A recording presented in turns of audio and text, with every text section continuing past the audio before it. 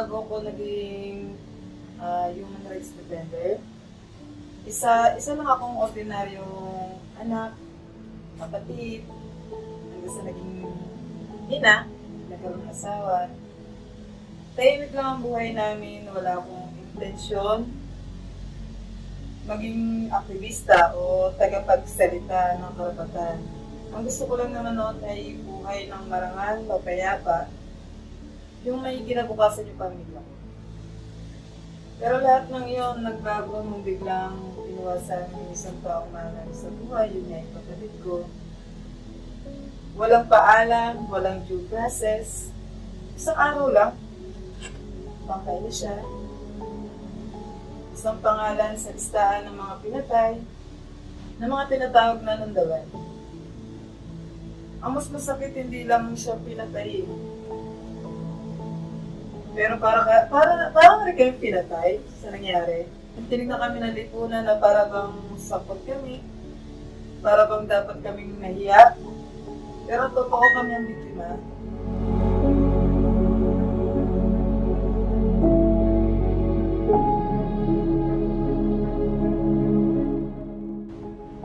Noon halos wala akong alam eh. Yun po yung totoo.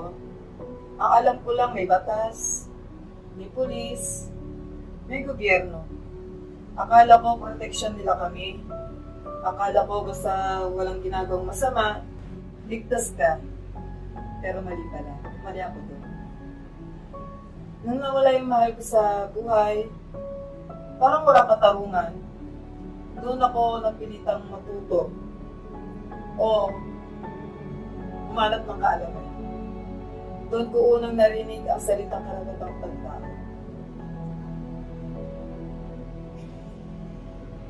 Karapatan ay hindi lang basta-basta ibinibigay. Kailangan itong ipaglaban. Lalo na kung ikaw yung mahirap, babae, tahimik lang sa lipunan, yung walang kakayanan. Natuto kong bumangon, magsalita at magtanong. Hindi dahil sa matapang ako sa simula, kundi dahil sa wala ng ibang lalaban para sa amin. Kundi tayo lang din mga naulila ng mga nawala ng mahal sa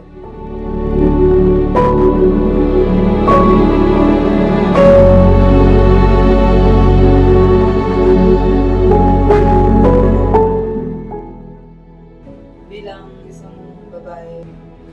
Sa akin kasi, yung tingin ko sa sarili ko bilang isang babae na simple lang. Yung bang pasilbihan yung pamilya, alagaan yung nanay, syempre pagbubuo ng pamilya, yung bang alagaan yung asawa at anak. Yun lang naman po ang alam ko. Maglinis ng bahay, alam ko sa gawain ng mga babae. Kasi nagulat ako sa pinakita sa akin pamumuhay ng aking ama noon na halos parang sinaunang tradisyon na hindi pwedeng maghanap buhay ang babae. Ang babae dapat yung salutan ng nanay.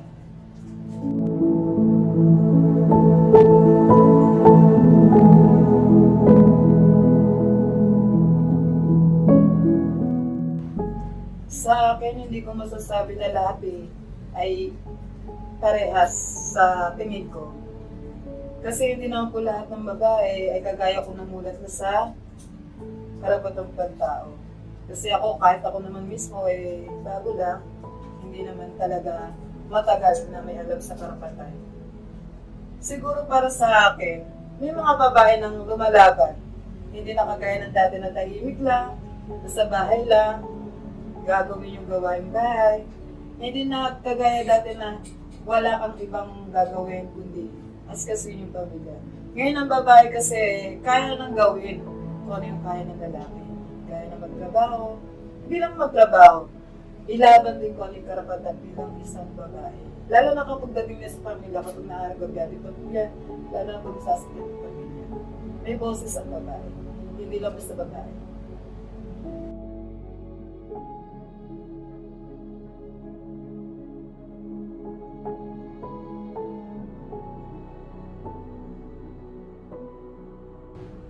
Simula nawala yung kapatid ko. Sabi nila, hindi ko kaya. Sabi nila, huwag ko na ituloy. Sabi nila, walang mangyayari.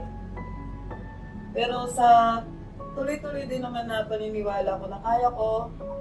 Hindi lang naman kasi ako nag-iisa. Marami kayong babaeng lumalaban. Lumakas yung loob ko. Sabi ko sa sarili ko na hindi lang kami basta magtulong. Hanggat kaya paglaban, ilaban.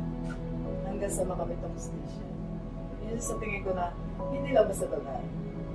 Nung una, galit lang nararamdaman ko.